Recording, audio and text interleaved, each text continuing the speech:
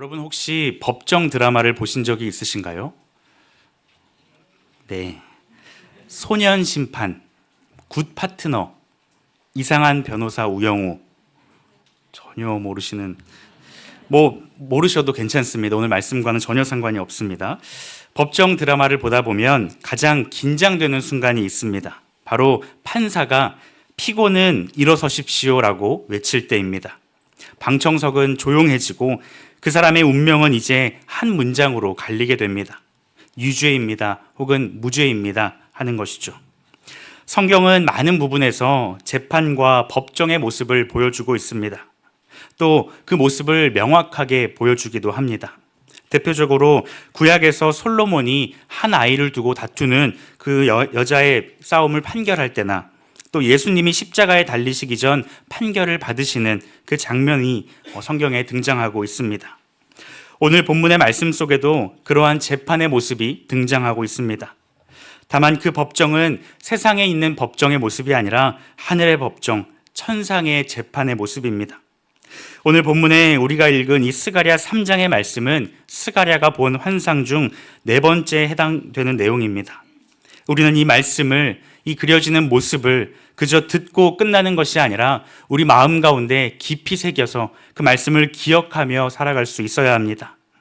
오늘 함께 천상의 재판의 말씀을 통해 우리가 왜 이 말씀을 마음 가운데 품고 기억하며 살아가야 하는지, 이 재판이 오늘 우리에게 주시는 메시지가 무엇인지 말씀을 통해 함께 듣고자 합니다. 먼저 스가랴가 본 환상의 모습이 어떠한지 함께 살펴보고자 하는데요. 오늘 본문 1절 말씀에는 이렇게 말씀합니다. 대제사장 여호수아는 여호와의 천사 앞에 섰고 사탄은 그의 오른쪽에 서서 그를 대적하는 것을 여호와께서 내게 보이시니라 라고 말씀합니다. 오늘 말씀을 들을 때에는 우리가 머릿속으로 한번 상상을 해보면서 따라가면 좋을 것 같습니다. 지금 하늘에서 재판이 열리고 있습니다. 그 모습을 스가랴가 직접 눈으로 보고 있는 것입니다. 남유다 왕국이 바벨론의 포로로 잡혀갔지만 대제사장 여호수아 그리고 선지자 스가랴를 포함해서 많은 사람들이 다시 예루살렘으로 돌아올 수 있었습니다. 또한 이들은 예루살렘에 돌아와서 성전을 재건하고자 많은 노력을 하고 있습니다. 그 대표격인 인물로 여호수아가 등장하고 있습니다. 그런데 그는 지금 피고석에 앉아 있습니다. 피고석에 앉아 있다라는 것이 어떤 의미입니까? 피고석은 일반적으로 죄를 지은 자, 죄인이 앉아 있는 자리입니다. 지금 여호수아는 죄인의 신분으로 그 자리에 앉아 있는 것이죠. 그리고 피고석의 옆에는 여호와의 천사가 앉아 있고 또 그 오른쪽에는 사탄이 앉아 있습니다. 그리고 또 피고석의 맞은편에는 재판장이신 여호와 하나님께서 앉아 계십니다. 스가랴는 지금 이 상황 가운데 어디에 앉아 있을까요? 방청석에 앉아서 이 모든 재판을 관람하고 있습니다. 앞으로 펼쳐질 재판에 대해서 지켜보고 있는 것이죠. 서론에서 제가 이 재판의 모습을, 이 말씀을 우리가 마음에 품고 살아가야 한다라고 말씀을 드렸는데요. 왜냐하면 우리가 지금 이 재판 자리 중 한 자리에 앉아 있기 때문입니다. 그 자리가 어디일까요? 재판장의 자리에 앉아 있으면 안 됩니다. 우리가 앉아 있는 자리는 여호수아가 앉아 있는 그 자리, 피고인으로서 그 자리에 앉아 있는 것입니다. 여호수아는 바벨론 포로에서 돌아온 이스라엘의 대표입니다. 그는 개인으로서 그 자리에 앉아 있는 것이 아니라 이스라엘을 대표해서 그 자리에 앉아 있습니다.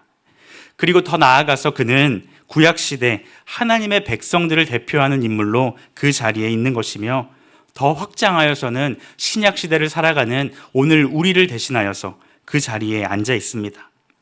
그러하기에 여호수아의 재판과 판결은 여호수아 한 사람의 문제로 끝나는 것이 아니라 우리의 문제이며 우리와 관련된 사안입니다. 그렇기에 우리가 이 말씀을 들을 때에 스가랴처럼 방청석에 앉아서 그저 팔짱을 끼고 그 재판을 바라보면서 그런 일이 있었구나, 그래서 그렇게 됐구나 라고 생각하는 것이 아니라 우리가 그 피고인의 자리에서 이 말씀을 들을 수 있어야 합니다. 엄청난 형벌을 받을 죄인의 자리, 피고석에 앉아서 이 말씀을 듣고 바라보아야 하는 것이죠. 피고석에 앉아 있는 여호수아, 그러니까 오늘 우리의 모습이 어떠합니까? 오늘 본문 2절과 3절에는 그 모습에 대하여서 이렇게 말씀합니다. 이는 불에서 꺼낸 그슬린 나무가 아니냐 하실 때에 여호수아가 더러운 옷을 입고 천사 앞에 서 있는지라. 여호수아는 마치 불에서 꺼낸 그슬린 나무와 같다라고 말씀하고 있습니다. 그리고 심지어 더러운 옷을 입고 있다라고 말씀합니다. 세번역 성경에서는 냄새나는 더러운 옷을 입었다라고 표현하고 있습니다. 그러니까 여호수아는 단순히 조금 냄새나는 옷, 더러운 옷을 입고 그 자리에 앉아 있는 것이 아니라 피고석에 앉아 있기까지 줄곧 죄를 저질러 온 그 모습을 우리에게 보여주고 있습니다. 명백한 죄가 있고 또 죄가 드러나 있는 그 모습을 우리에게 보여주는 것입니다. 마치 죄를 짓다가 현장에서 붙잡힌 현행범과 같은 모습입니다. 이 여호수아가 누구라고 말씀드렸죠? 바로 우리가 이러한 모습과 같다라는 것입니다.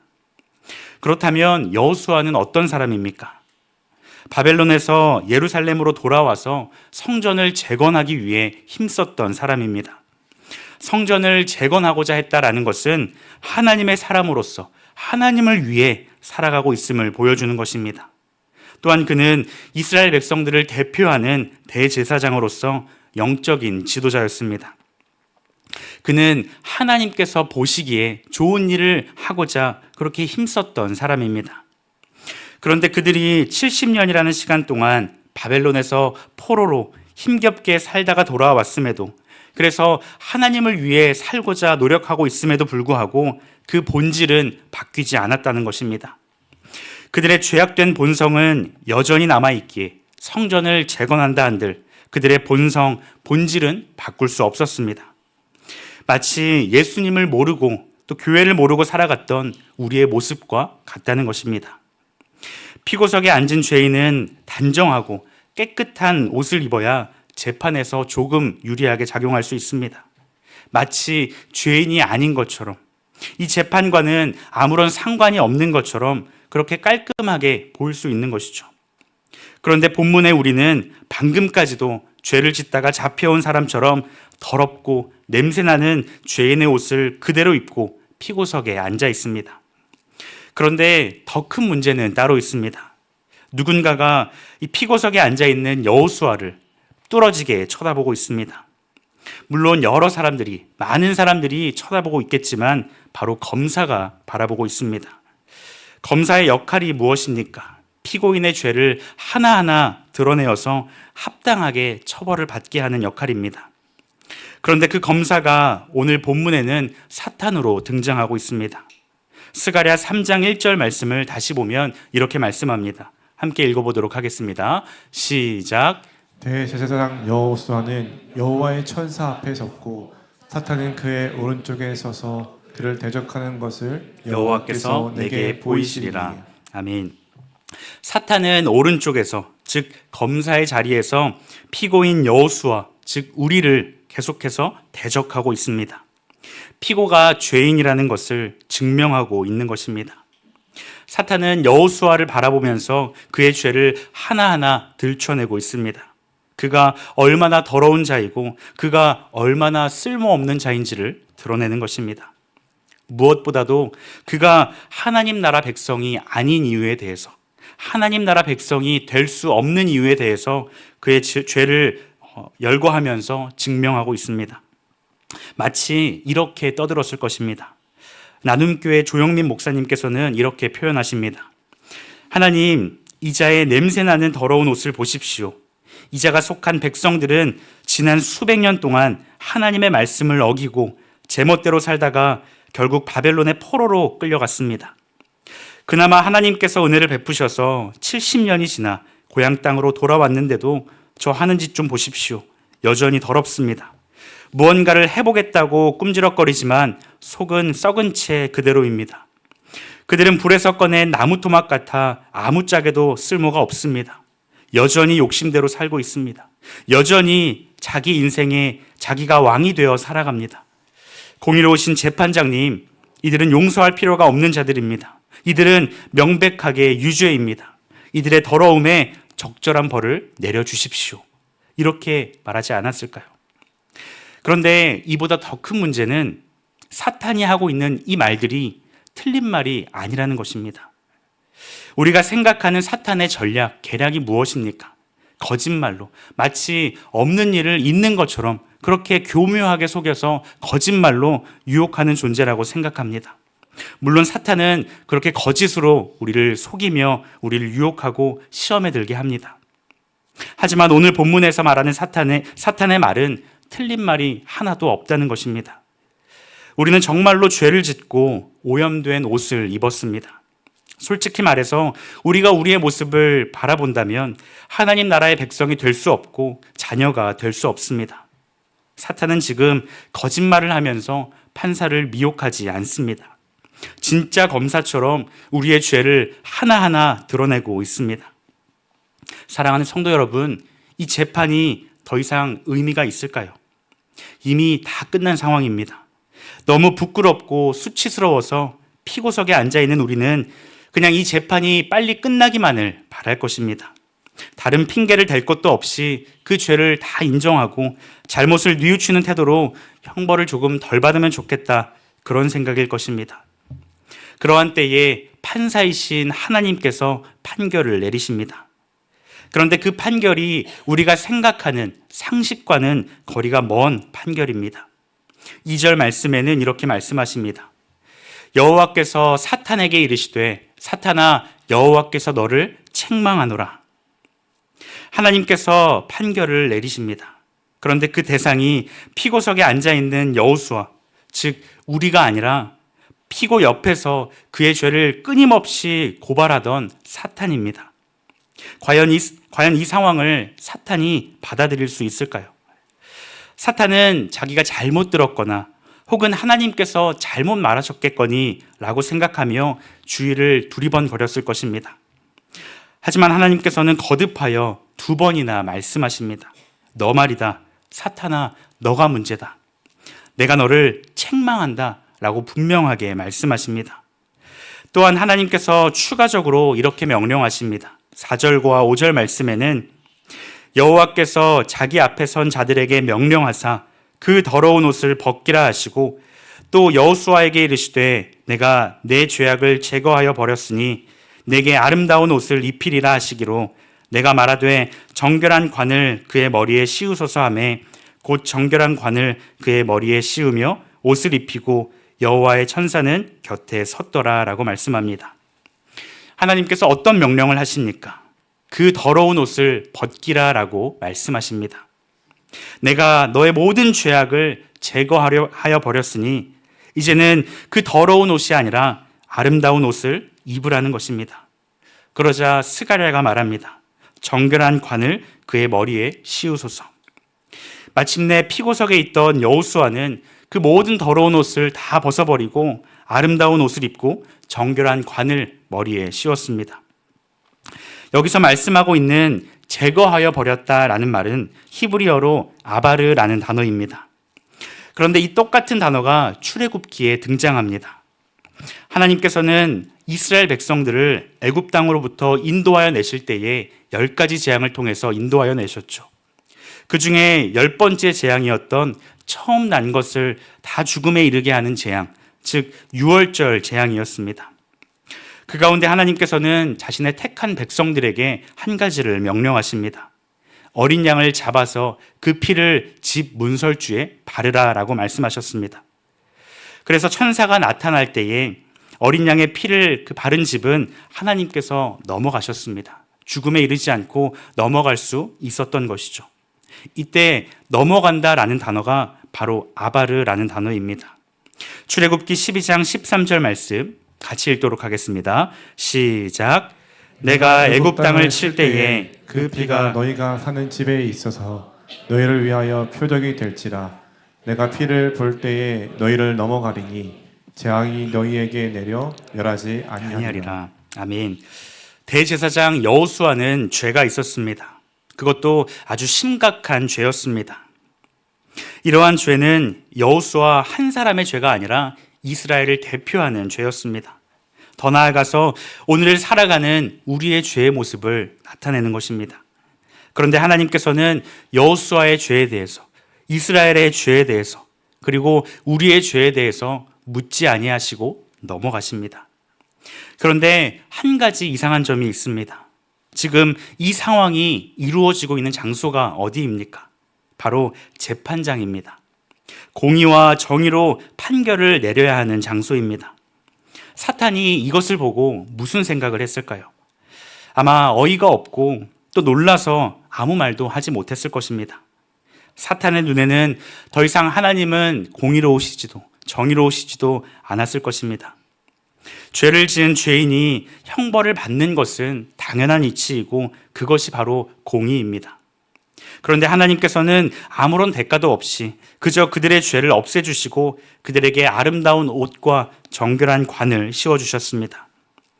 하나님께서 정말 공의로우시고 정의로우시다라고 말할 수 있을까요?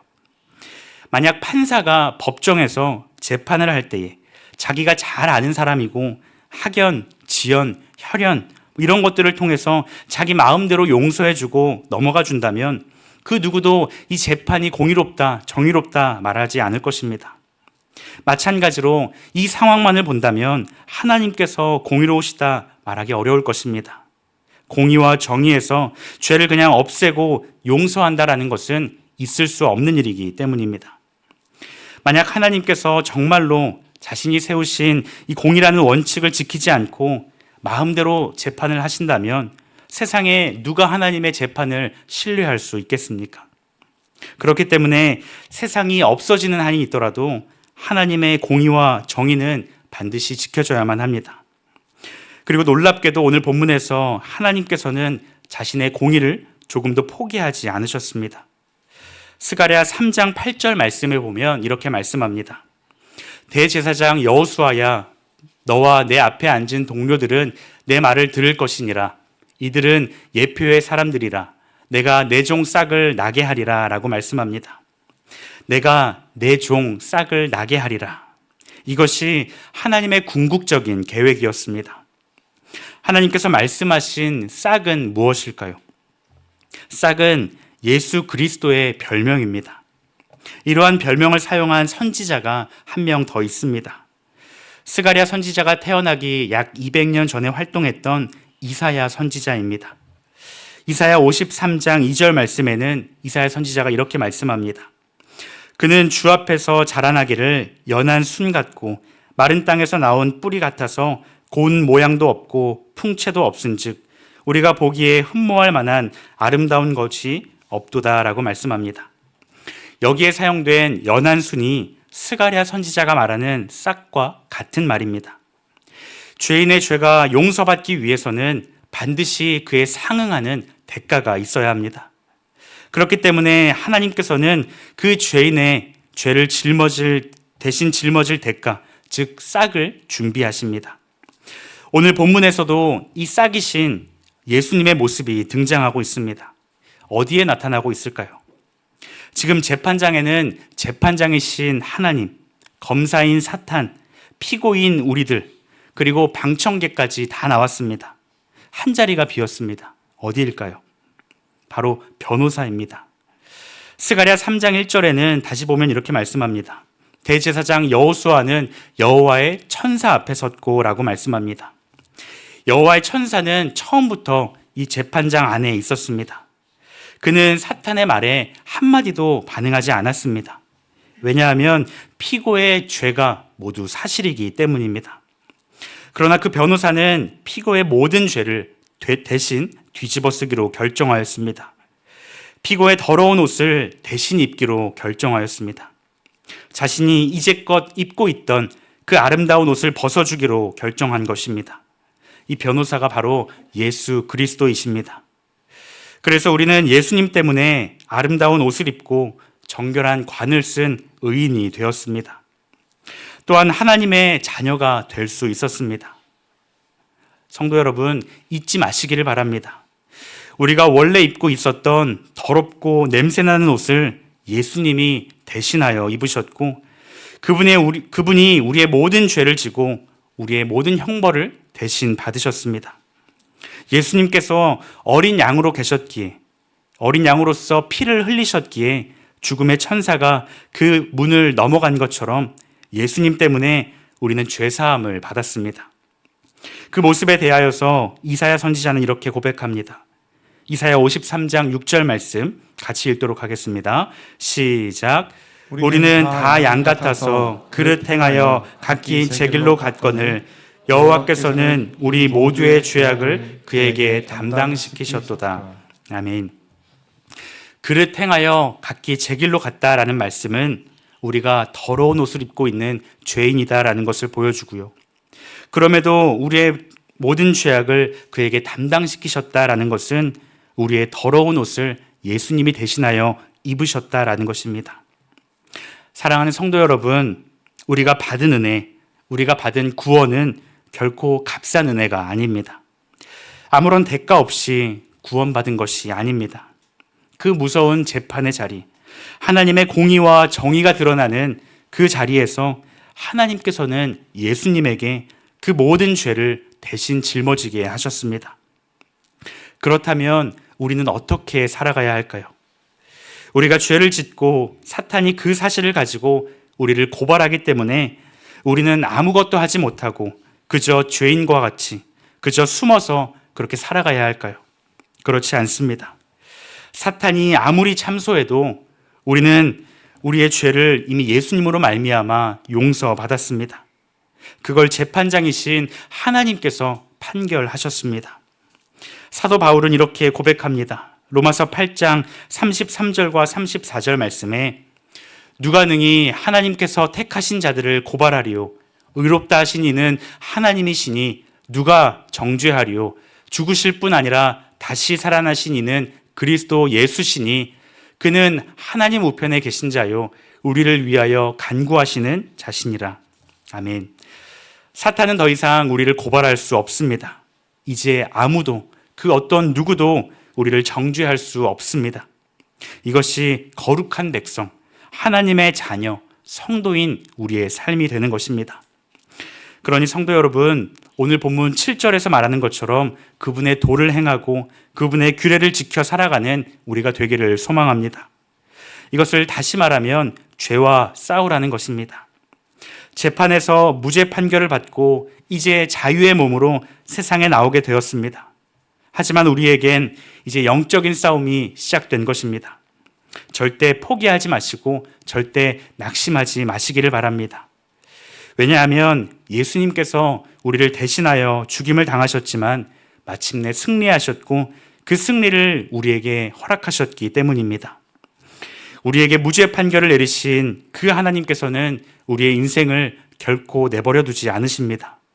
하나님의 백성으로 구별되어 살아가는 것이 때로는 힘들고 때로는 어려울 수 있습니다. 하지만 세상 속에서 우리를 대신하여서 승리하신 그 예수님으로 말미암아 담대하게 살아가는 우리 모두가 되기를 주님의 이름으로 축복합니다. 아멘. 믿음의 한 줄 고백 함께 고백하시겠습니다. 함께 읽겠습니다. 시작. 더러운 죄의 옷을 벗기시고 예수님의 보혈로 덮어주시는 하나님의 은혜에 감사합니다. 아멘.